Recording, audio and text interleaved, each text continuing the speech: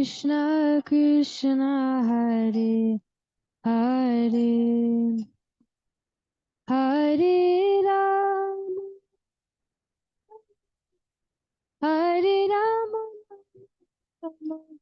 Hare Hare Hare Krishna.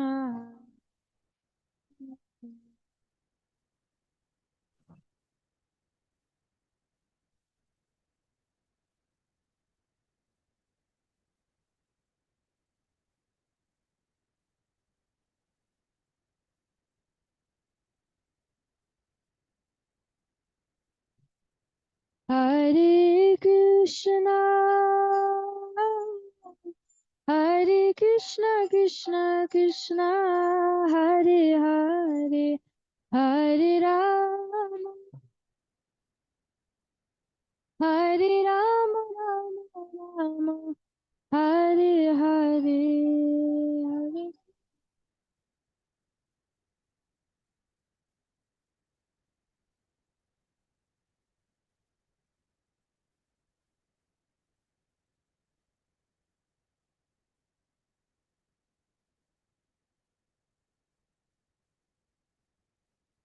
Hare Krishna, Hare Krishna, Krishna Krishna, Hare Hare, Hare Rama, Hare Rama, Rama Rama, Hare Hare, Hare.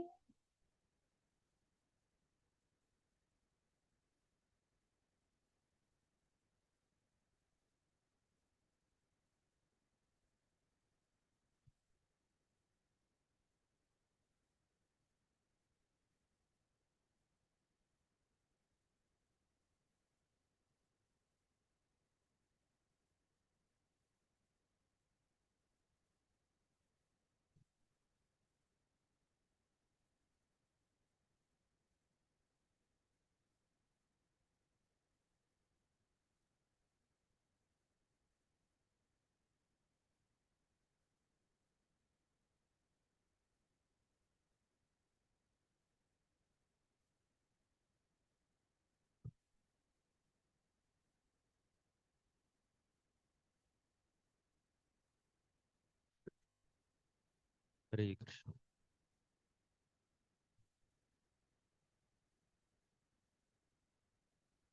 ओम नमो भगवते वासुदेवाय।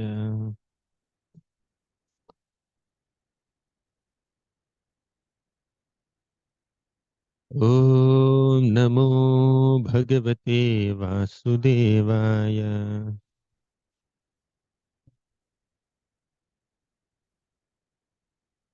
ओम नमो भगवते वासुदेवाय। ओम अज्ञानतिमिरान्धस्य ज्ञानाञ्जनशलाकया चक्षुरुन्मिलितं येन तस्मै श्रीगुरवे नमः। श्रीचैतन्यमनोभीष्टं स्थापितं येन भूतले स्वयं रूपः कदा मह्यं ददाति स्वपदान्तिकं। वन्देऽहं श्रीगुरोः श्रीयुतापदकमलं श्रीगुरून् वैष्णवांश्च श्रीरूपं साग्रजातं सहगण रघुनाथान्वितं तं सजीवं साद्वैतं सावधूतं परिजनसहितं कृष्णचैतन्यदेवं श्रीराधा कृष्णपादान् सहगण ललिता श्रीविशाखान्वितांश्च। हे कृष्ण करुणा सिंधो दीनबंधो जगत्पते गोपेश गोपिका कांता राधा कांता नमोस्तुते। तप्त कांचन गौरांगी राधे वृंदावनेश्वरी वृषभानुसुते देवी प्रणमामि हरिप्रिये। वाञ्छाकल्पतरुभ्यश्च कृपा सिन्धुभ्य एव च पतितानां पावनेभ्यो वैष्णवेभ्यो नमो नमः। नमो विष्णुपादाय कृष्णप्रेष्ठाय भूतले श्रीमते भक्तिवेदान्त स्वामिन् इति नामिने। नमस्ते सारस्वती देवी गौरवाणी प्रचारिणि निर्विशेषा शून्यवादी पाश्चात्यदेशतारिणि जय श्री कृष्ण चैतन्य प्रभु नित्यानंद श्री अद्वैत गदाधर श्रीवासादि गौर भक्तवृंद हरे Krishna Krishna Krishna Hare Hare Hare Ram Ram Ram Hare Hare Hare Krishna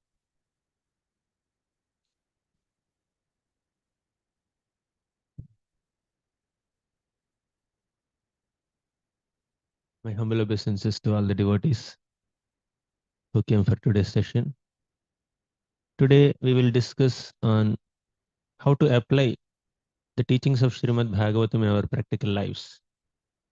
While studying Srimad Bhagavatam, we learn so many principles. We encounter so many episodes, so many characters, so many uh, prayers, and so many cantos, so many chapters, so many shlokas. And we keep hearing them, but oftentimes the kind of feeling that appears in the heart of an average sadhaka after hearing the principles of Bhagavatam is that, will I ever be able to come close to this level of dedication, this level of surrender? When you hear Ambarish Maharaj's forgiveness, Parikshit Maharaj's tolerance, Kunti Maharani's patience, Draupadi's accommodativeness, uh, Uttara's dependence, Vyasadev's commitment, Narada Muni's zeal to spread Hari Bhakti, Lord Brahma's determination in his service, and Prahlad Maharaj's absorption in the glories of Krishna in his meditation on Lord Hari. Dhruva Maharaj's committed performance of the Abhideya process given to him by his Guru, Narada Muni. When we hear all these exalted examples, Bali Maharaj's surrender, we feel, where am I and where are they? Did you ever feel like that? Anytime? Uh, will I ever be able to make it this lifetime or even after few lifetimes? Will I be able to manifest their surrender or their Vaishnava qualities in one lifetime? So bhakti seems very difficult path. However, all these exalted examples are there in Bhagavatam not to scare us, but to give us hope, not to make us hopeless, but to actually give us hope. Because a sadhaka's focus should not be on one's own disqualifications. A sadhaka's focus should be on Krishna's mercy. Although I am unqualified or disqualified in hundreds and thousands of ways, Krishna's mercy, Krishna's mercy is greater than my disqualifications. With that hope, devotee continues the path of bhakti. Although I am unable to concentrate on the holy name of Krishna, although it is my misfortune that I don't have attraction towards Krishna's Nama Rupa Guna Leela, although it's my durdaivam, misfortune, that I don't have anuraga for the all merciful and all powerful holy names of Krishna, still I will be able to uh, make it by Krishna's grace. Because Krishna's grace and Vaishnava's grace, devotee's grace, is more powerful than all our disqualifications put together. If only we have sincere desire to serve the Lord, to get connected with the Lord will automatically bestow all his benedictions, all his mercy, and he sends his representatives in the form of so many pure devotees and acharyas to guide us on the path of bhakti. We are beggars. We have no control over anything in this material world. Although out of false ego, we think we are the doers and controllers. Ahankara vimodhatma karta aham iti manyate. The conception of being a doer in this material world will inevitably make the conditioned soul think of oneself as an enjoyer. This doership mentality and enjoyership mentality are inseparable. When I think I do things, I'm doing things, naturally I feel I need to enjoy the results of whatever I do. In such a state of mind, Krishna's instruction of karmanyavadhikaraste mafaleshu kadachana, that doesn't make any sense to a conditioned soul. Karmanyeva adhikar, we have the responsibility and right to perform our karma, prescribed duties. Mafaleshu kadachana. No, uh, we are not entitled for the results. I have no control over the results. My God. Then ma karma phala hetur bhur. Although you are doing so many activities, don't think that you are the cause of the results of your activity. That's even more purifying, bewildering. If somebody accepts these three lines, karmanyeva adhikaraste, ma phaleshu kadachana, ma karma phala hetur bhur, they will say, why should I work at all? Let me be detached. Then Krishna says, mate sangostu akarmani. Don't be attached to not doing your work. Do your work. It's inconceivable teaching of Krishna. But advancement in bhakti and satisfaction of bhakti depends on the acceptance of Krishna's instructions and grace and being grateful for it. Srimad Bhagavatam presents very profound truths, profound principles. They seem very lofty, far, far away from the situation of a conditioned soul. But still, by Acharya's grace, they become accessible to us. They become uh, relatable to us when we regularly hear Harikatha.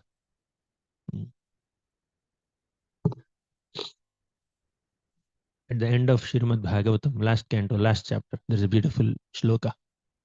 How to approach Srimad Bhagavatam, how to internalize Srimad Bhagavatam. Srimad Bhagavatam Purana Babalam Yadvaishnavana Priyam Yasmin Paramahamsyam Ekamabalam Jnanam Param Giyate Tatra Jnana Viraga Bhakti Sahitam Naishkarmyamaviskritam Tat Shrinvan Supathan Vicharana Paro Bhaktya Vimuchyennaraha. Srimad Bhagavatam is spotless Purana. Why it is spotless Purana? Other Puranas have some spots or what? Some contamination is there or what? What is this? Amala Purana. Puranam Amalam. Yes, there are some Puranas that are specifically prescribed for those who are in mode of ignorance. Some Puranas cater to the needs of those who are in Rajogun. And some Puranas cater to the needs of those who are in Sattvagun. But Bhagavatam is that Purana which is beyond all these three gunas. It is Amala Purana. That's why there is no contamination of material modes. Even in Bhagavad Gita, Krishna says, Traigunya Vishaya Veda Nistraigunyo Bhavarjuna. Traigunya Vishaya Veda, many Vedas, many Vedic literatures are presenting things in connection with the three modes, Sattvagun, Rajogun, Tamogun. But Nistraigunyo Bhavarjuna transcend the material modes. And right in the beginning of Bhagavatam, we have Dharma Projita Kaitavotra Paramo Nirmatsaranam Satam. Dharma Projita Kaitava. Kaitava Dharma. Our materially motivated practice of Dharma is kicked out right in the beginning of Srimad Bhagavatam. And pure Dharma. What is pure Dharma? Unmotivated, uninterrupted, devotional service unto Krishna is the pure Dharma and supreme Dharma of every living being. And that is propagated in Srimad Bhagavatam. Savai pumsam paro dharmo yato bhaktiradhokshaje ahaituki apratihata yayatma suprasidati. The supreme occupational duty, the supreme dharma of every living being. Dharma has multiple meanings, but one meaning is that one profound meaning is that it's the intrinsic nature, it's the inherent characteristic of a thing or a being. That is dharma. The intrinsic nature or characteristic of a living being is to serve Krishna. Jivera Swarupa Krishna Nityadas. Therefore, our supreme dharma is to serve Krishna. Savai Pumsam Paro Dharma. And that dharma, that bhakti has to be rendered to Krishna without any motivations and without any interruptions. Selflessly and seamlessly, causelessly and ceaselessly. That's why Bhagavatam is Amala Purana. Srimad Bhagavatam Purana Amalam Yadvaishnavanam Priyam. All Vaishnavas consider Bhagavatam very dear to their hearts. Who are Vaishnavas? Those who are non-envious. Yasmin Paramahamsyam Ekamamalam. Paramahamsas are those who are devoid of envy. Those who don't feel jealousy or discomfort in their hearts when others are flourishing in their bhakti. When someone else is learning Shastra better than us, someone else is singing better than us, someone else is managing different services better than us, are we genuinely rejoicing the success of another devotee? Are we genuinely celebrating the glories of other devotee? Or are we feeling discomfort, discontent? Why is going ahead? Why am I staying back like this? What's happening? You can take inspiration from them. You can learn from them. That's cool. That's fine. But envying another successful devotee, envying another devotee who is flourishing in Krishna consciousness, advancing nicely in bhakti and Guru Seva. So that envy will make one not understand Bhagavatam. Bhagavatam becomes inaccessible to someone who has envy in the heart. Just like Mohini Murti gave all nectar to the devatas and not to the demons. Similarly, Bhagavatam will reveal all its inner meanings to pure-hearted, non-envious devotees and not to people who are insecure, overwhelmed with inferiority complex. That's why Nirmatsaranam Satam Vedyam, to the degree you are non-envious, to that degree you can understand Srimad Bhagavatam. Coming back to our main shloka. Srimad Bhagavatam Puranamamalam Yad Vaishnavanam Priyam Yasmin Paramahamsyamekamabalam Jnanam Param Giyate. Param Jnanam. The supreme jnana, supreme transcendental knowledge is propounded in Srimad Bhagavatam. So this Srimad Bhagavatam doesn't give knowledge about any ordinary mundane subject matters. But Jnanam Param Giyate. What is Param Jnanam? Knowledge about Krishna's Nama, Rupa, Guna, Leela. That is Param Jnanam. Tatra Jnana Viraga Bhakti Sahitam Naishkarmyamaviskritam. Bhagavatam is meant to launch bhakti. Bhagavatam is doing avishkar, launching, inaugurating the process of pure devotional service, which is accompanied by jnana and viraga and naishkarmya. Naishkarmya means non-reactionary work or activity, action, which has no reaction. Most of the activities in this material world end up in reactions. Material action, whether it is pious or impious, they will lead to reaction. Pious reaction and impious reaction. Papa karma and punya karma. Both will keep us in the material world only. Whether you are in AC compartment or general compartment, you are in train only. Just because you are sitting in AC compartment, you can't reach the destination faster in India. Unless you take a flight. Bhagavatam gives us flight tickets. Not general compartment or AC compartment tickets. Dharma projita kaitavo atra paramo nirmatsaranam satam. Parama dharma, not kaitava dharma. Kaitava dharma is rejected. So tatra jnana viraga bhakti sahitam naishkarmyam aviskritam jnana. Knowledge automatically comes by studying Bhagavatam, by doing bhakti. Viraga, detachment automatically comes. Naishkarmya, our activities will not produce any material reactions. So what are we supposed to do? How are you supposed to approach Srimad Bhagavatam? Tat Shrinvan Supathan Vicharana Paro Bhaktya Vimuchyennarah. Tat Shrinvan, hear Bhagavatam regularly. Supathan, study Bhagavatam nicely. Vicharana Paro, contemplate. Don't just hear and revise, ruminate, reproduce in the exams and get certificates. Right? So you may do that. But there's something more to it. Tat Shrinvan, here Bhagavatam, Supathan, study nicely. Pathan means studying. But the shloka did not stop there. Shrinvan, Supathan, Vicharana Paro, contemplate, introspect on things. Just introspect, go deep.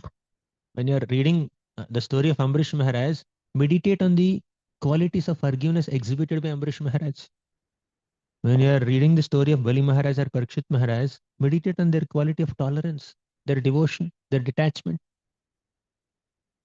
When you are uh, meditating on the story of Bharat Maharaj, please see how distractions in bhakti can come at any time. Even if you come to the level of bhava, there could be a distraction in bhakti. So I should protect myself. I should safeguard myself from all the allurements and temptations and distractions of Maya. So, not just going through the stories, but also getting the messages from the stories and trying to apply them, internalize them, absorb them, realize them, and apply them. When you apply, then it will become a part of the system. It will become a part of our personality. So, it is Srinvan Supathan Vicharana Paro, Bhaktya with devotion. Vimuchye Naraha. Then we will be released from this pangs of material existence. Now, how to apply teachings of Srimad Bhagavatam. So we discussed the key shloka, Tat Srinvan Supathan Vicharana Paro. We hear sincerely on a regular basis, Nityam Bhagavata Sevaya. Then we study it also, not just hearing, we should study. Supathan. Then we also contemplate, Vicharan. Only three things. Sravanam, Pathanam, and Vichar. And of course, Kirtan is there in many other shlokas. We should do Kirtan also. Vicharana involves two things. One is Mananam and second is Nididhyasana. Manana means you revise what you have already studied. But Nididhyasana means you're contemplating, introspecting, going deep, analyzing things, not intellectually, not philosophically, not historically, not in a scholarly way, but in a devotional way. Bhaktya vimuchyen naraha. Tat sranvan supathan vicharana paro bhaktya vimuchyen. Our contemplation or introspection or analysis of Bhagavatam should be devotional analysis, not intellectual analysis, not linguistic analysis, not grammatical analysis, not historical analysis. Yeah, you can do that to some degree. Fine. Knowing some information is fine. But there's something deeper than that. If you're just caught up in the grammar only and the linguistic perspective only, if you're not internalizing the message and applying it, then what's the point? We are not here to become scholars or grammarians or linguists or poets or historians. We are here to become devotees of Krishna. Therefore, bhaktya, srinvan supathan vicharana paro bhaktya, with devotion, analyze the characters of Bhagavatam. Within whatever time we have now, let's try to go through entire Bhagavatam. All 12 cantos of Bhagavatam. Every canto we'll touch. And let's do Vicharana. Srinvan, Supathan. Supathan you must have done. Srinvan we must have done a little bit. But Vicharana. So let's identify one or two key lessons from each canto of Bhagavatam. How Bhagavatam nourishes us. First canto, for example. First canto of Bhagavatam presents very beautiful examples of great devotees like Kunti Maharani, Parikshit Maharaj, Narada Muni, Vyasadev, Draupadi, Pandavas, Uttara, so many exalted, Dharma, Dharma Devata, the bull, and Mother Earth, and few other episodes, Hastinapur Vasis, Dwarka Vasis, so many beautiful episodes. So what's the central theme of the first canto of Bhagavatam? Many are highlighted in different cantos, but let's take one moment in this vast canto that has 19 chapters. Parikshit Maharaj, the foremost hearer of Srimad Bhagavatam. He has been cursed to die within 7 days for an insignificant mistake of putting a dead snake around the neck of Shamik Rishi. Not a very great, grave mistake. It's mistake, definitely. It's an offense. Undoubtedly, it's an offense. Somebody's meditating, you can't just put a dead snake around him. It's a mistake. But the kind of punishment he got was like highly disproportionate to the offense he has committed. But how did he accept it? Let's try to internalize the mood of Parikshit Maharaj. Parikshit Maharaj accepted the mistake. He did not justify it. He admitted it and he repented for it sincerely. And he also expected a punishment for it. Yes, I have done this offense to this great sage. I must be punished for the mistake I have committed. Otherwise, I will tend to commit the same mistake again. And also, I will have my relatives and other citizens get affected by the result of my mistake. I don't want anyone else to suffer because of my offense. Let me only the suffer for the offense I have committed. And when someone came and told him, "You have been cursed to die within 7 days," Parikshit Maharaj saw that curse as blessing in disguise. Yes, it's a blessing in disguise. It will be the cause of my indifference to all worldly attachments.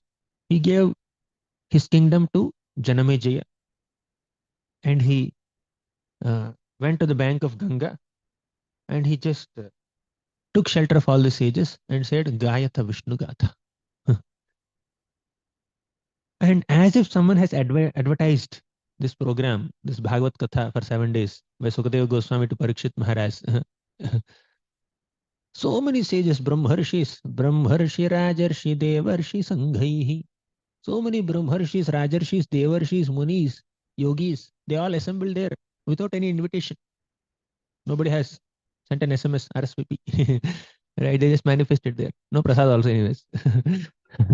7 days and 7 nights, no prasad. No hunger, no thirst.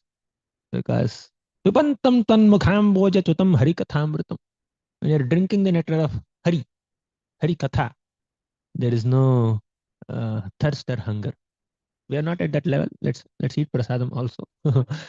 But Parikshit and all the other audience, they did not eat anything. They sat outdoor, not indoor also. Then just before Sukadeva Goswami arrived there, at the end of first canto, Parikshit Maharaj requests all the sages, I have absolutely no fear of that magical snake bird that the uh, sage has created to kill me. All I want is to hear Harikatha from all of you. पुनश्च भूयाद् भगवत्यनन्ते रतिः प्रसङ्गश्च तदाश्रयेषु महत्सु यां उपयामि सृष्टिं मैत्र्यस्तु सर्वत्र नमो द्विजेभ्यः. If at all I have to take birth again in this material world, I will take birth.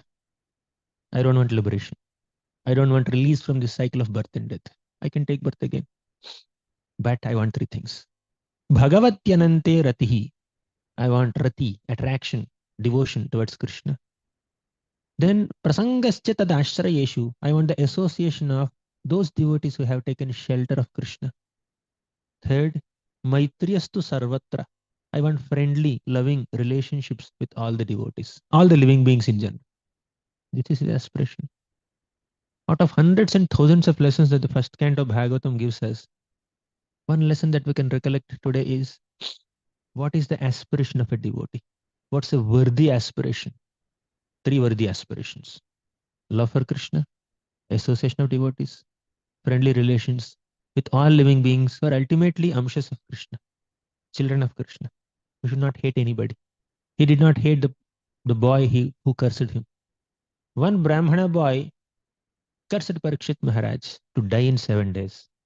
And Parikshit took shelter of another Brahmana boy, 16-year-old Sukadeva Goswami, and heard Bhagavatam from him. He did not say, all these Brahmanas are like this. They keep cursing Kshatriyas. Uh, we should just curse them. We should punish them. They are Kali Yuga Brahmanas. They are not real Brahmanas. He did not get into all that. No argument. Tolerance, devotion, and worthy aspirations.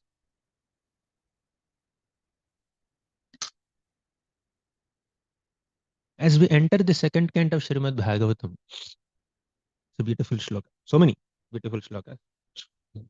But one is अकामः सर्वकामो वा मोक्षकाम उदारधीः तीव्रेण भक्ति योगेन यजेत पुरुषं परम्. Whether you have all kinds of material desires or no material desires at all, or specifically a desire to attain liberation, better worship Krishna only. You don't have to go to any other shelter. Worship Krishna. The universal relevance of Bhakti Yoga in the lives of anybody from any background is highlighted in second canto. Second canto presents various spiritual paths on the Vedic landscape. Virat Rupa meditation, Paramatma meditation, Ashtanga Yoga, Dhyana Yoga, uh, and Devata worship, Vigraharadhana. And after presenting Jnana Yoga, Karma Yoga, after presenting all of them, second canto binds them together and says, Bhakti is the essence. Accept it. That's the most important lesson from the second canto of Bhagavatam. And there are many more. Once Narada Muni asked Brahma, Brahma, you are the creator of the universe. You know everything about the universe. When somebody keeps a amalaki fruit or some walnut in his hand and then closes like this, everything about the walnut is in his hands. Right? Similarly, entire universe is in your hands. Then Brahma said, my dear Narada Muni, you are mistaken. I am just a secondary creator of this universe. I only do visarga. Sarga is done by the Lord. I only recreate what has already been created by the Lord. I am just an instrument in Krishna's hands. I have absolutely no sense of doership here. As long as I surrender into Krishna and follow his instructions, I can do this service. Only by his empowerment I am doing it. So second canto also highlights this important lesson. Whatever we do in our life, whatever devotional accomplishments we have in this world, they're all by the grace of Krishna. We alone, we cannot achieve anything. We are not doers. We do. We are not enjoyers. We enjoy. But our doing is service. Our doership is seva unto Krishna. Our enjoyment is in pleasing Krishna. Samsiddhir Haritoshan. Not that we are not the doers, we are not the enjoyers, does not mean we should not do anything, sit in one corner and then keep quiet. Or we are not enjoyers means does not mean taking prasadam, I should not enjoy. Or taking darshan of the Lord, I should not enjoy. I'm not enjoy. So you are enjoyer, but your enjoyment is in connection with Krishna. That's a real enjoyment. You are not the enjoyer of matter, but you are enjoyer on a spiritual plane. Susukham kartum avyayam. We are anandamayo bhyasat. How can we say we should not enjoy? Somebody asked this question. While eating rasgulla, I'm enjoying. This enjoying spirit is there in me. You enjoy na? Krishna prasadam. It's offered to Krishna, enjoy. Why are you feeling so guilty about it? Why are you feeling so repentant about it? So many sinful activities we have done, repent for them. Not for eating rasgulla. Offer it to Krishna with tulsi leaf on the and rasgulla, eat it, no problem. As long as doctor says don't eat it. Doctor, as long as doctor doesn't prohibit it, you can eat it. So we are enjoyers, but our enjoyment must be in connection with Krishna. We are anandamayo bhyasat. A living entity by nature intrinsically is pleasure seeker. We are anandamayo bhyasat. Krishna is the supreme pleasure seeker, and we are minute parts and parcels of Krishna. Therefore, we also seek pleasure. In what? In Krishna Seva. That's very beautifully highlighted in the second canto of Bhagavatam. If you go to third canto of Bhagavatam, so many beautiful lessons. But to just one way of looking at this cross-sectional overview of Bhagavatam is to highlight the commonalities amongst all cantos. But I'll try to focus on the uniqueness of each cantos. Each canto gives a unique lesson also and something common also. Prayers are common. Krishna's glories are common. One thing that comes to my mind right now is the four Kumaras went to Vaikuntha. Then Jaya and Vijaya blocked their path. You cannot enter Vaikuntha, they said. Then the four Kumaras became very angry.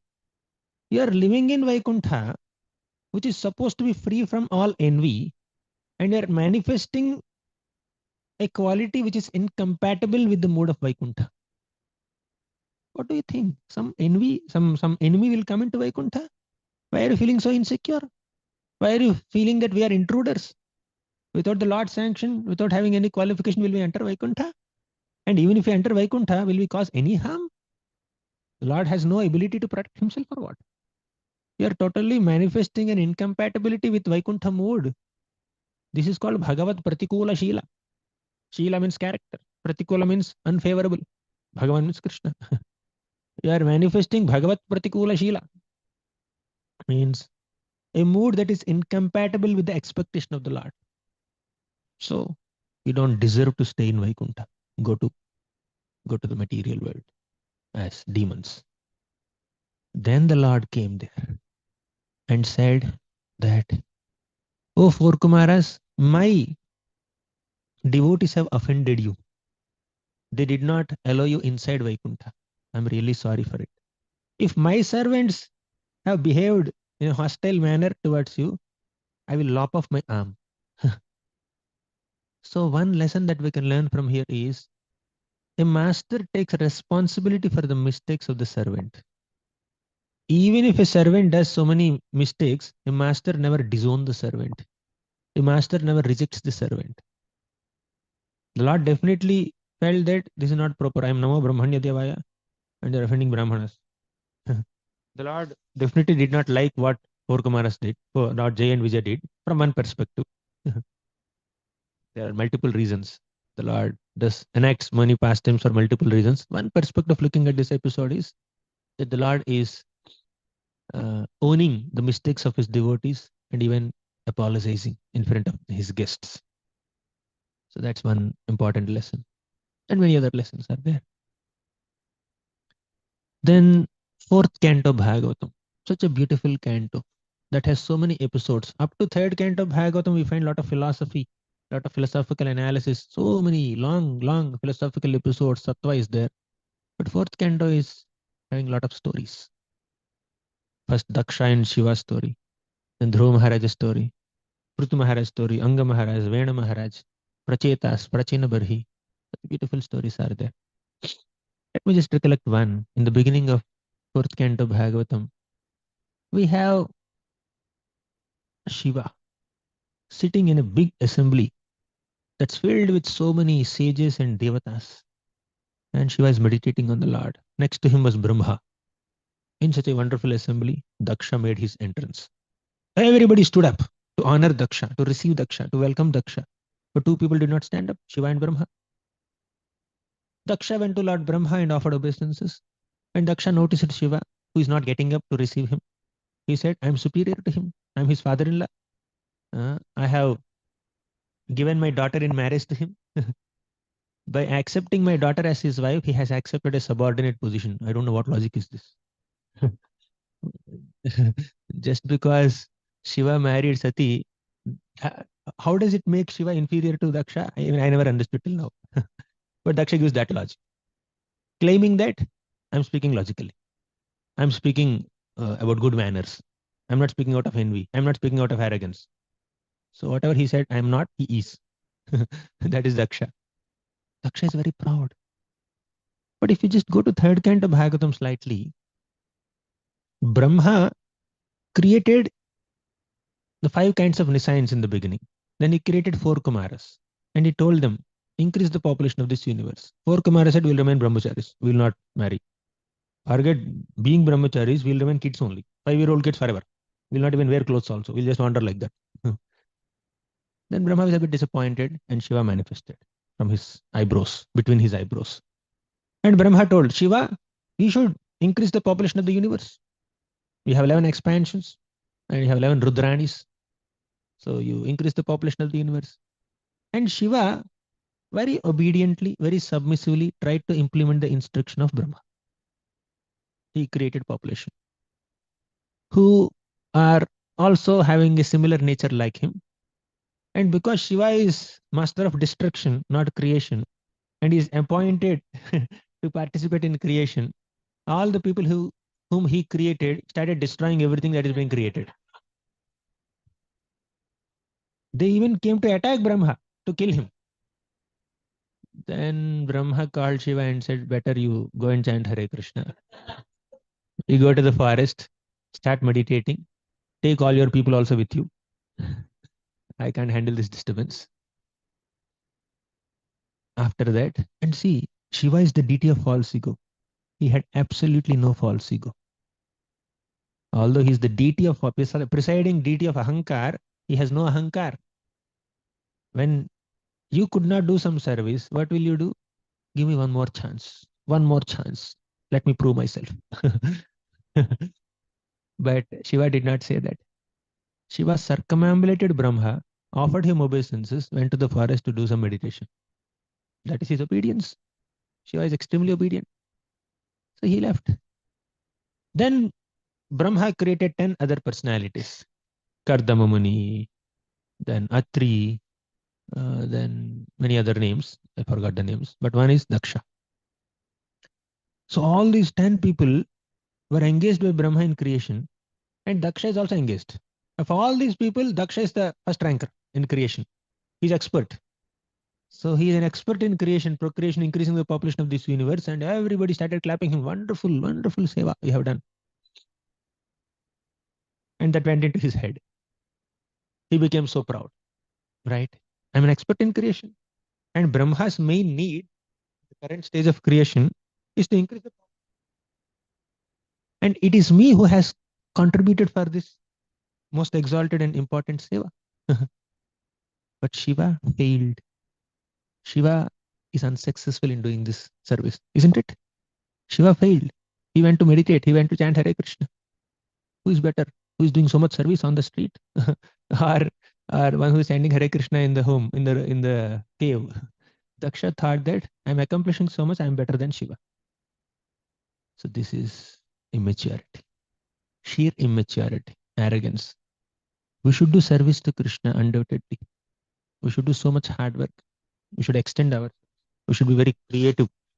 We can accomplish many things in the service of Prabhupada. But if all that accomplishments are inducing arrogance and pride in us, and we are disrespecting other devotees who may not have contributed like us, that is such a great disservice to the Lord. And Daksha is doing this disservice. The take home message here in this episode, in this fourth canto, is character is more important than accomplishments. Shiva has an exemplary character. Although Daksha was chastising him, criticizing him, cursing him, and walking out of the assembly, Shiva kept quiet, very tolerant. He responded only when Sati died. Till then, Shiva was always tolerant. Even when somebody criticizes us, demeans us, disrespects us, how much patience we have, how much tolerance we have. Shiva is exhibiting Trinadapi Sunichena, Tarorapi Sahishnuna, Amanina, Manadena qualities. But Daksha is doing so much seva, but he compromised on all the four qualities. So our focus should be on what truly matters. What pleases Krishna? What is the essence of all the spiritual processes? Krishna consciousness. Krishna consciousness means Kirtaniya Sada Harihi. When can we do Kirtaniya Sada Harihi? When we have Trinadapi Sunichena, Tarorapi Sahishnuna, Amanina, Manidana qualities. These qualities Shiva has exhibited. Let us aspire to develop these qualities. Yeah, you can accomplish many things in Krishna's seva, but ensure that all your accomplishments don't induce arrogance in us. When knowledge or accomplishment is inducing arrogance and pride and false ego in us, and that's making us disrespect other devotees, that knowledge or accomplishment is nothing but a manifestation of false ego that will never please Krishna. Character pleases Krishna, not accomplishments. You can accomplish. You are not demeaning the importance of rendering great service. Hanumanji did so much seva to Krishna. Bhima, Arjuna, Madhavendra Puri, Prabhupada, so many acharyas and so many Vaishnavas have done tremendous amount of seva to Krishna, but they maintained the mood of humility. Prithu Maharaj has done so much seva. Priyavrata Maharaj has done so much seva. But those who have done a lot of seva, but they could not maintain the mode of humility and Vaishnava character, they could never become objects of Krishna's grace. So we need to understand what is of true importance. This is one lesson from fourth canto. Let's enter the fifth canto. So many beautiful episodes are there in fifth canto.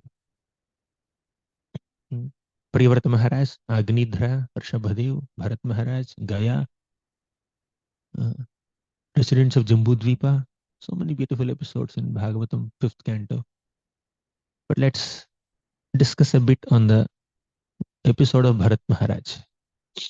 Bharat Maharaj responsibly ruled the world for thousands of years, and he retired from his position as a king and entered the forest.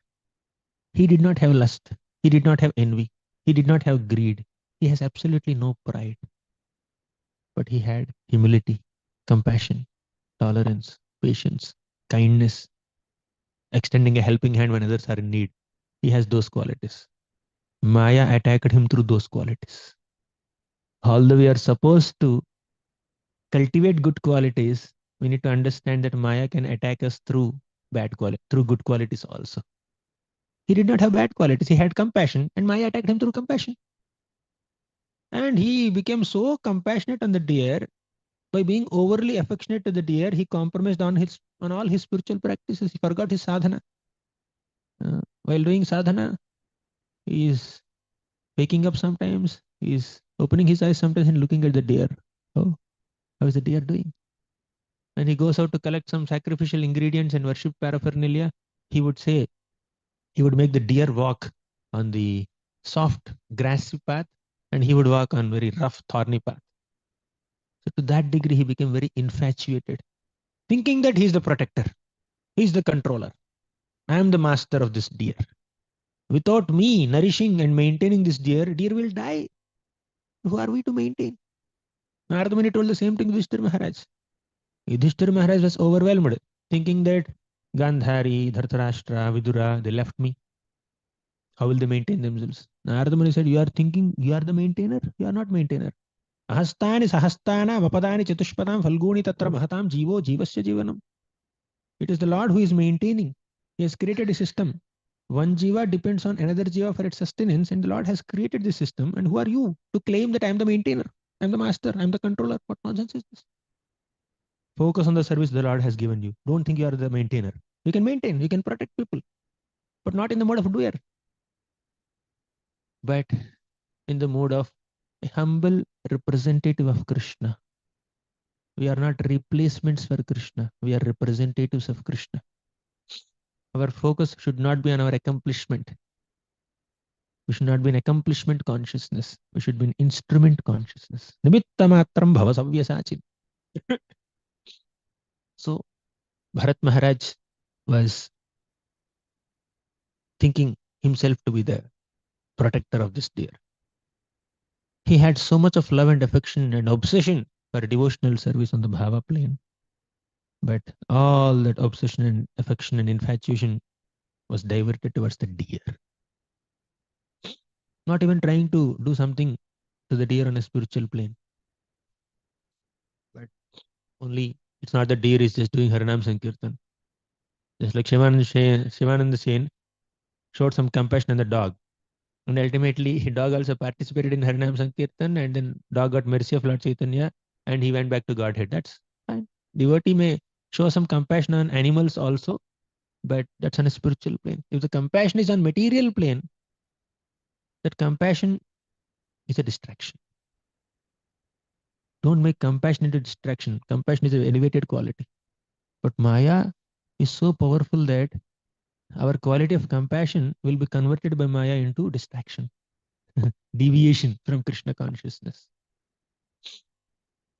But a deeper lesson in this episode is that Bharat Maharaj did not have anybody to correct him. He was alone practicing bhakti. He was alone doing his spiritual practices. No sangha. So we need to always keep ourselves in the association of devotees. So that's the most important lesson in Dhruvas in Bharat's episode. Then when we come to the 6th canto of Bhagavatam, we find so many beautiful episodes of holy name, Ajamil, then Chitraketu Maharaj, Vritrasur, Indra, Indra's saga, many things. But one of the key lessons in the 6th canto of Bhagavatam is Ajamil section where the holy name of Krishna is emphasized. जिह्वा न वक्ति भगवद्गुणनामधेयम् चेतश्च न स्मरति तच्चरणारविन्दम् कृष्णाय no नमति यच्चिर एकदापि तानानयध्वमसतो कृतविष्णुकृत्यान्. You know the story of Ajamil. And after the Vishnudutas thoroughly humiliated and defeated the Yamadutas, Yamadutas came to Yamaraj and said, you arrest them.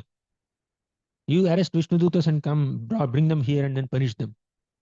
Then we will accept you as our master. Otherwise, we will think that we are serving a firefly. They challenged Yamaraj also. And Yamaraj said, please understand that you should not bring people who are chanting Hare Krishna to hell. You are not authorized to touch them. Put this sloka in the notice board. Jihvana vakti bhagavad gunanamadheyam. Jihvana vakti bhagavad gunanamadheyam. Those who are not chanting the holy names of Krishna with their tongues, bring them to hell. Chetaschana smarati tacharana aravindam. Those who are not remembering Krishna, Krishna's lotus feet within their minds, bring them to hell. Krishnayano namatiya chira ekadapi. Those who have not offered obeisances to Krishna even once, bring them to hell. Is it clear? Tananayadhyamasato akrita Vishnu Krutyan. They have not done any activities connection with Krishna. So you just put this shloka in the notice board. And whom not to approach, my dear Yamadutas?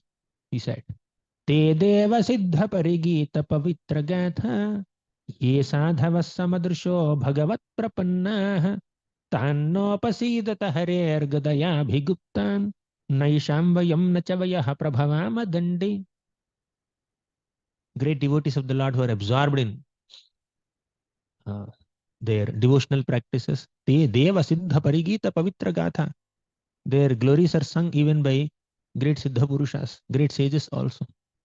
Ye sadhavaha samadrusho bhagavat prapannaha. They are great sadhus.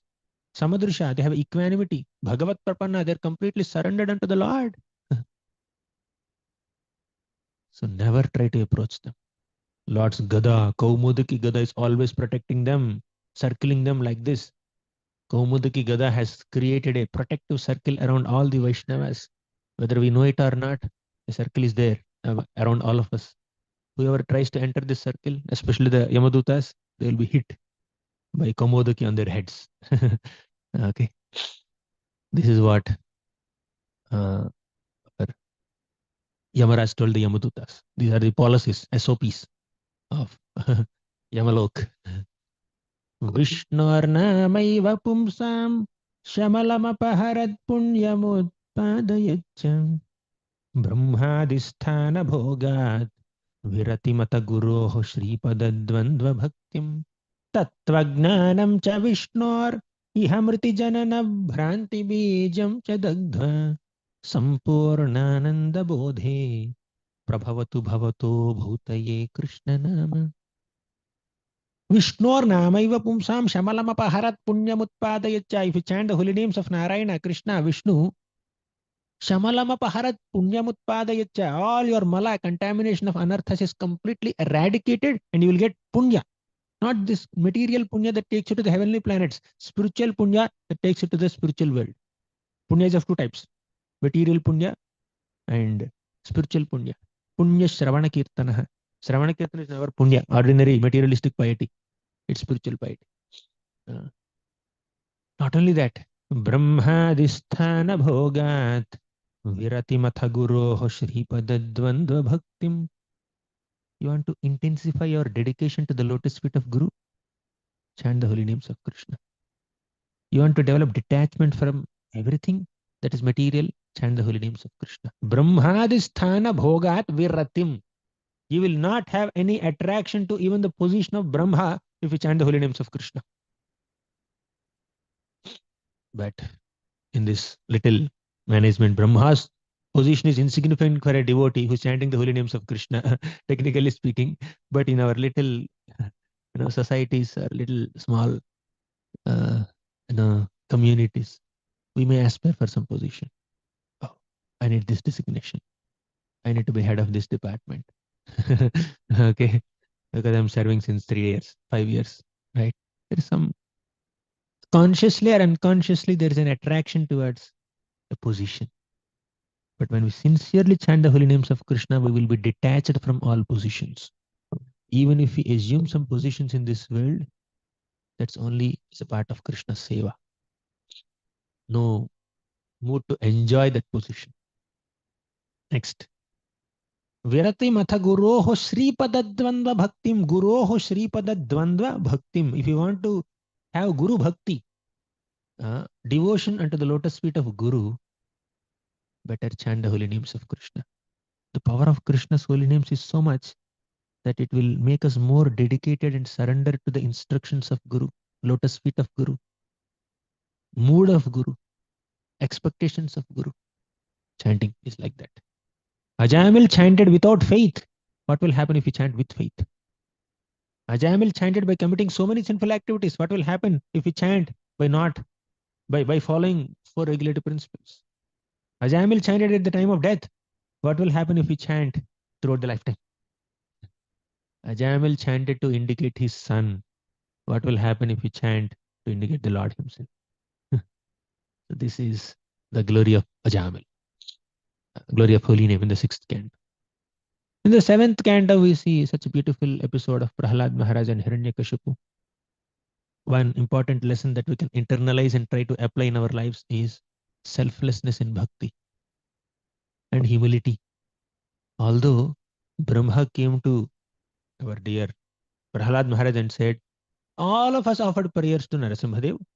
All of us failed in appeasing him, but only you have the ability to protect him, ability to pacify him, calm him down. Then Prahlad said, oh, really? Okay, let me try. So he went ahead. The first thing that he spoke was, Brahmadayaswara gana munayotha siddha sattvaikatanagatyo vachasam pravahihi naradhitum puru ganer adhuna pipipru kim toshtumarhati same harirugrajate. I'm coming from Ugrajati. If great siddhas who are in Sattva they could not please you. They're very eloquent, they're very poetic, they're in Sattva they could not please you. How can my prayers please you? Please you? He did not forget his position. He's very humble. He's extremely humble. Just because Brahma told him, we failed, you can do it. Oh, really? So naturally, you feel a sense of pride. Just because you're even considered to perform an activity that 100 other stalwarts have failed to do so, there is a sense of pride. But he had no pride. He said, oh Lord, Tasmadaham Vagata Viklava Ishwarasya Sarvatmana Mahigranami Yathamanisham. I will try to offer prayers as far as my intelligence allows me to do. And you just be pleased with my prayers. If at all you find any devotion, ultimately your mercy is greater than my qualifications or disqualifications. And many other beautiful prayers. So humility and selflessness. Lord Narasimha was pleased with the prayers of Prahalad and said, ask whatever you want. Then Prahalad said, all I want is eradication of material desires. Don't tempt me.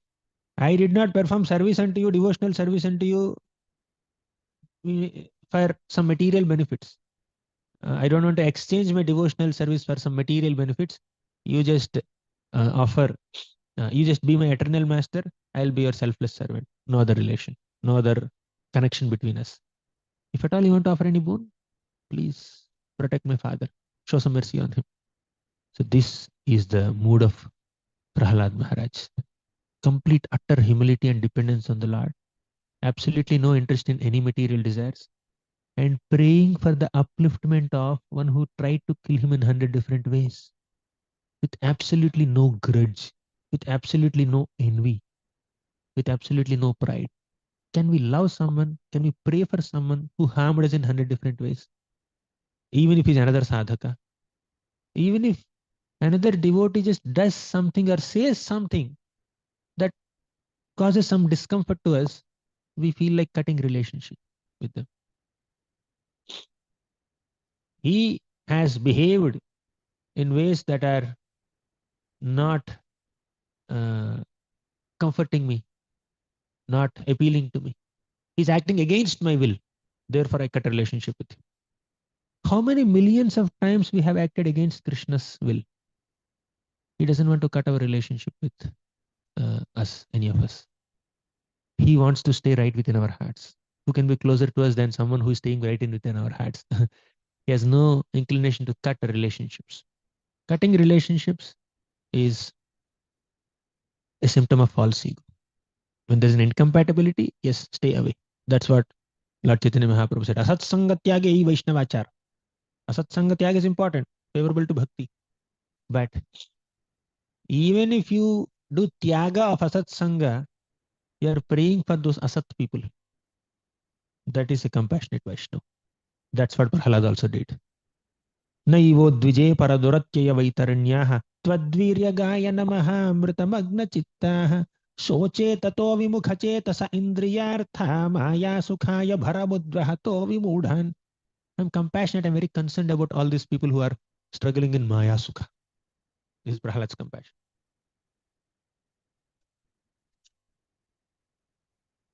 Being a genuine well-wisher of someone who even harmed us. That's an important lesson from 7th canto, apart from many others. Then 8th canto, among so many episodes of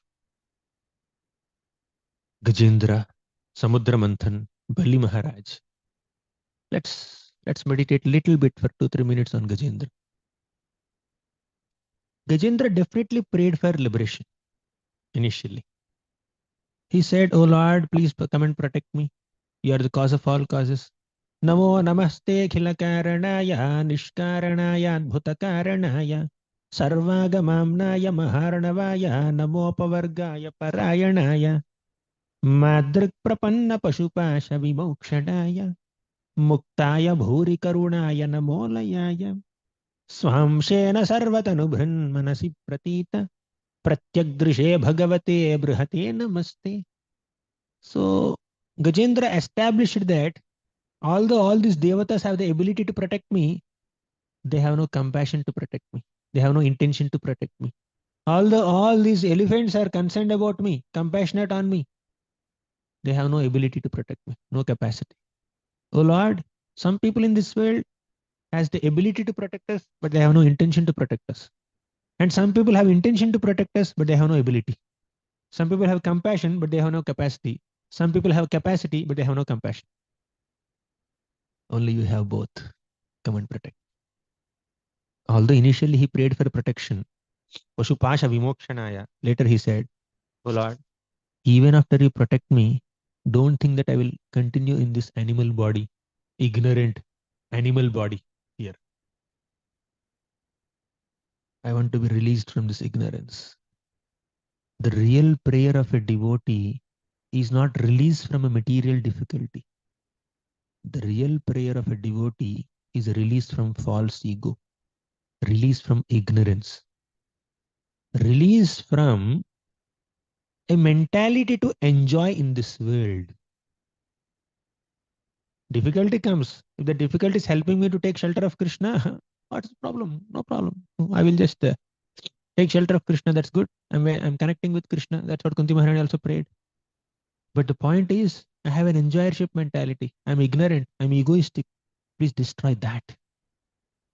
And Gajendra also, not just praying for protection. Gajendra described the glories of devotees who are actually exalted and they are really enjoying Krishna consciousness. एकान्तिनो यस्य न काञ्चनार्थं वाञ्छन्ति ये वै भगवत्प्रपन्नाः अत्यद्भुतं तच्चरितं सुमङ्गलं गायन्त आनन्दसमुद्रमग्नाः. Ekantino yasya na kanchanartham. Pure-hearted devotees will never desire for anything else, including protection from a material calamity. Because they are Bhagavat Prapannaha, they are completely surrendered unto the Lord. Then what is their excitement? What do they desire? Gayanta ananda samudra magnaha. They want to immerse themselves in an ocean of ecstasy, ocean of ananda. What is that ocean? Atyadbhutam tacharitam sumangalam. That is the ocean of the nectarian glories of Lord Krishna. Ati Adbhutam, extremely wonderful. Tat Charitam, Krishna's topics. Sumangalam, very auspicious. Samudra, they're like Samudra. They're like a very great ocean. They want to immerse themselves in this ocean of nectarian glories of Krishna. They don't want anything else. That's our prayer. Prayer is not released from material misery. Prayer is to get released from this lording over mentality, ego, ignorance. And prayer is for immersion in Krishna Katha, in the association of it. Is it getting too serious? I can't make you laugh because I myself. There is a beautiful shloka in the Padyavali. संसाराम्भसि संभृत भ्रम भरे गंभीरता पत्रया ग्राहेणाभिगृहीतमुग्रगतिना क्रोशन्तमन्तर्भयात् दीप्त्रेणाद्य सुदर्शनेन विबुधा क्लान्तिच्छिदा कारिणा चिन्ता सन्तति रुद्धमुद्धर हरे मच्चित्तदन्तीश्वरम् संसाराम्भसि संभृत भ्रम भरे. You know what is our condition, whether we realize it or not, whether we realize it today or tomorrow or after 10 lifetimes, our condition is like this in this material world. Samsara ambhasi, we are caught in this ocean of material existence. Brahma bhare. Brahma bhare means it's filled with so many allurements and different distractions. Samsara ambhasi sambhrita brahma bhare gambhira tapatraya. Gambhira tapatraya. All these threefold material miseries are gambhira, very grave. So on top of it, already ocean is fierce. On top of it, a crocodile caught us. ग्राहेणाभिगृहीतमुग्रगतिना क्रोशन्तमन्तर्भयात्. Grahena abhigrihitam ugragatina. This graha, this elephant, this crocodile has caught my foot. Ugragatina, very fiercely.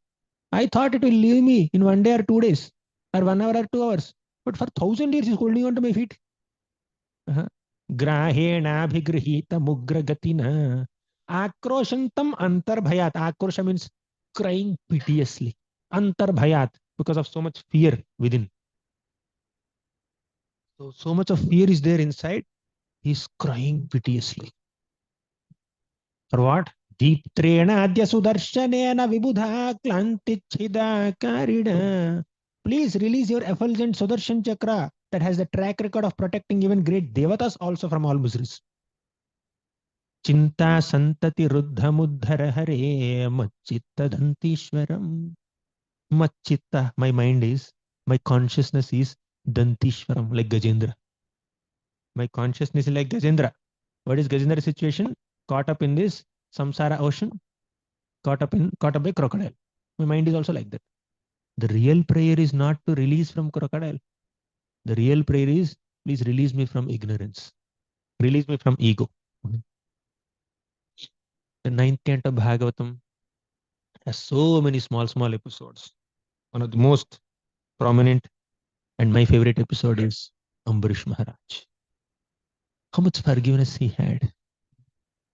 And one more thing, in Gajendra's episode, Gajendra is definitely delivered from ignorance and from crocodile. But the Lord also liberated Gajendra, liberated crocodile. See, consciously or unconsciously, with a positive emotion or negative emotion.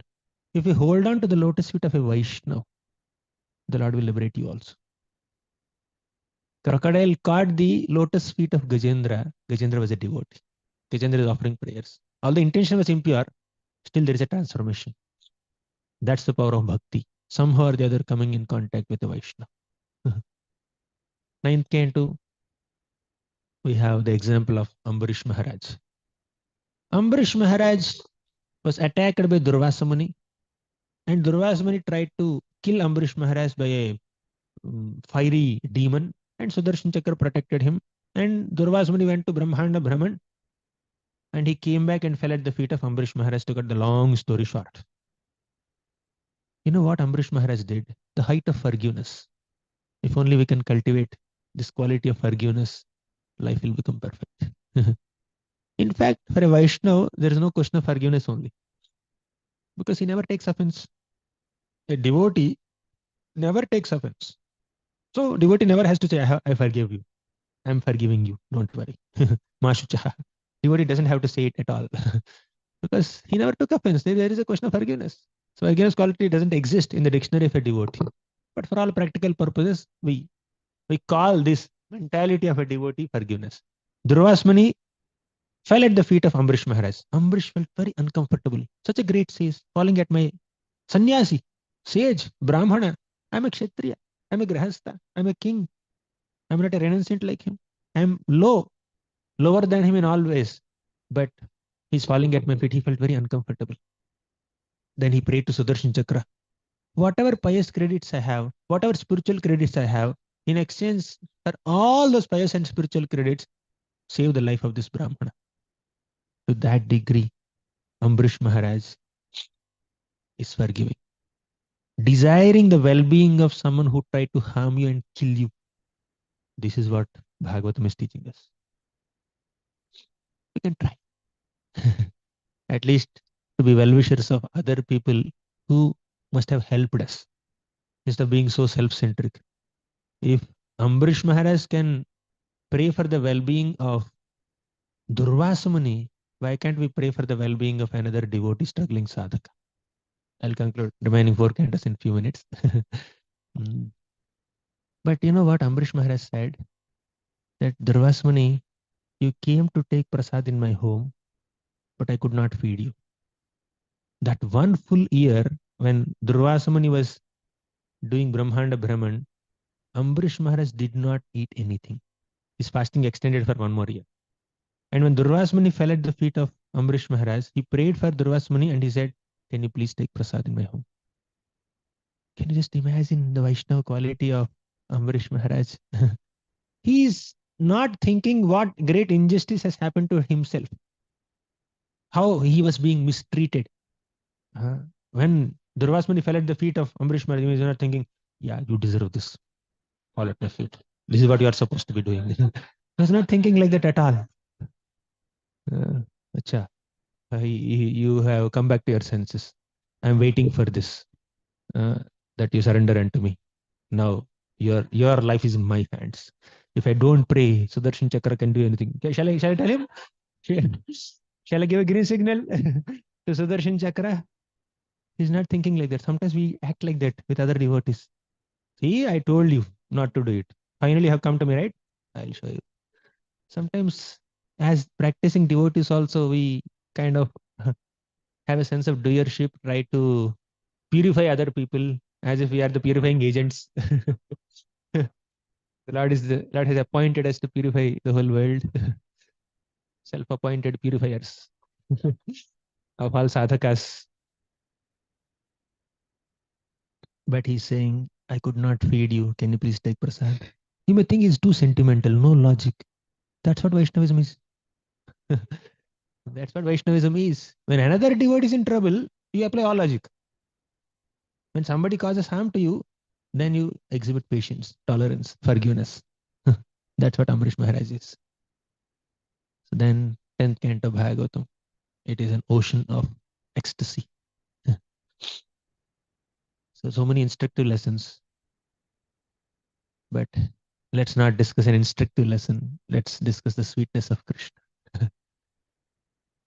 In the 10th canto Bhagavatam, all the gopis are enjoying the company of Krishna. All the members of the cowherd community are enjoying the company of Krishna. One of the most enchanting episodes of entire 10th canto Bhagavatam is Govardhan Leela.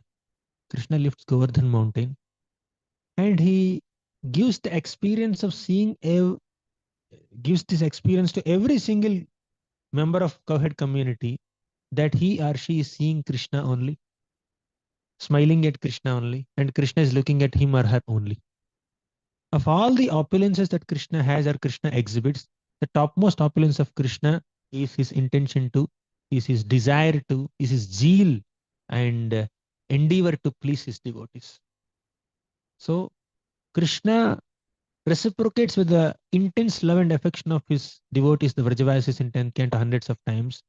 So more than creating the material world in the 3rd canto, 2nd canto, more than manifesting this entire cosmos in the 5th canto, more than doing other Aishwarya pastimes in other cantos, the greatest uh, quality of Krishna is to manifest his sweetness in Vrindavan. Uh, many other beautiful episodes like Damodar Leela, Amrita Bhakshana Leela. Let's go to the 10th, 11th canto. 11th canto, one beautiful shloka. Many are there, but one beautiful shloka. त्वयोपभुक्तस्रग्गन्ध वासोऽलङ्कारचर्चिताः उच्छिष्टदासिनो भोगैः तव मायां जयेमहि. Srag means garlands. Gandha means sandalwood pulp. Vasa means clothes. So Krishna enjoyed all this paraphernalia offered by his devotees. And when we honor them, then we will be saving ourselves from fire. Then 12th canto of Bhagavatam, we actually began our class with 12th canto. 12th canto of Bhagavatam at the end discusses the glories of Bhagavatam. One shloka is Tadeva Ramyam Ruchiram Navam Navam Tadeva Shashvan Manaso Mahotsavam Tadeva Shokarnava Soshanam Drinam Yaduttama Shloka Yasho Anugiyate. Tadeva Ramyam Ruchiram Navam Navam. Let us relish that ever fresh Srimad Bhagavatam. Ruchiram, very tasty. Navam Navam always appears new.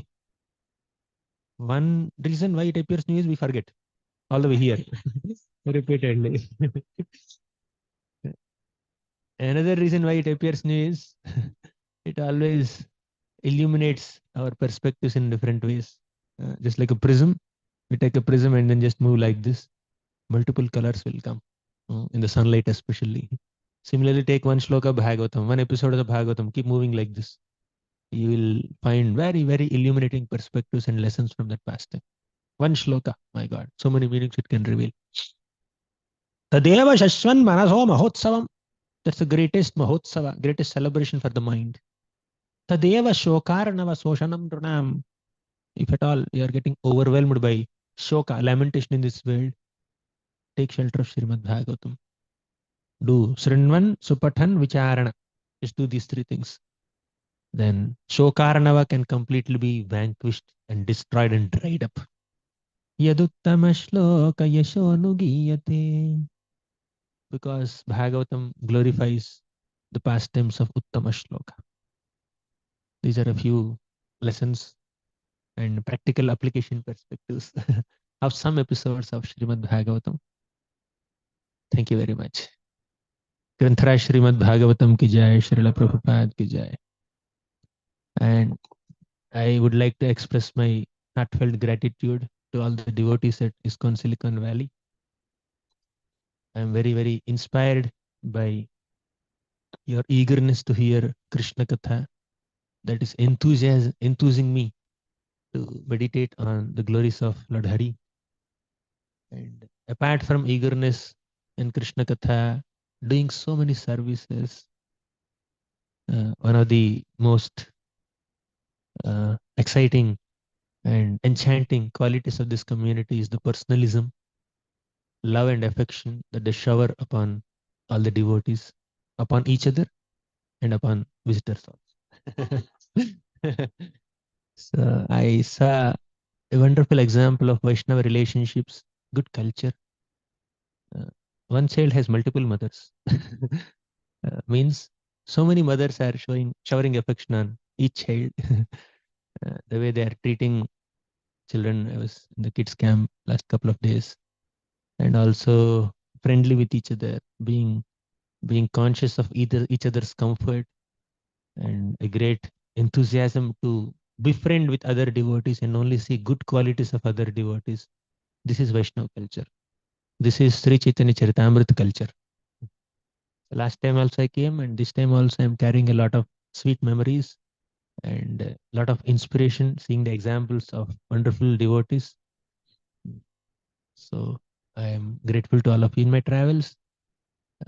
Main thing is not giving classes for me. The main thing is to gather inspiration from so many wonderful devotees who may not be known uh, to everybody, but they are doing their own sincere devotional service and contributing in their smaller communities and setting a good example uh, in their families or in their localities. So I get to meet a lot of such gem-like devotees, jewel-like devotees while traveling to different places. And here there are so many gems, so many jewels of Krishna. So thank you so much for being what you are. and I request your blessings and prayers for my devotional service without any pride, without any arrogance, with humility, without any deviation or distraction. Maya is very powerful. Blessings of devotees are the only hope and source of strength for all of us. I just beg your blessings and take your leave. Tomorrow early morning, I am proceeding to another destination to serve the Vaishnavas there. Thank you very much. ग्रंथराज Shrimad Bhagavatam की जय, श्रील प्रभुपाद की जय.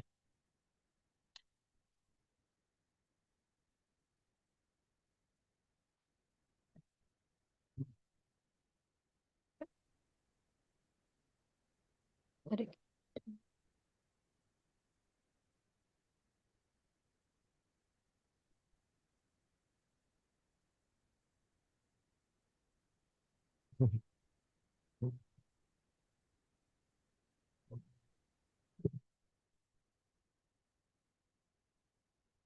We take questions or should we conclude? I think we'll conclude. 8:40 now. I have early morning flight. But should we take one or two questions? We'll conclude. Thank you.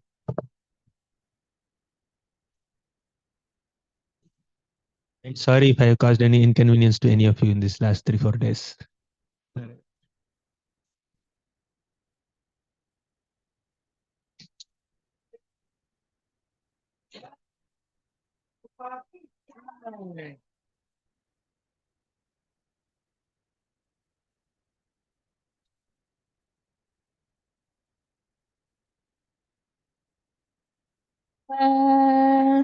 जो देन्द्रियता है का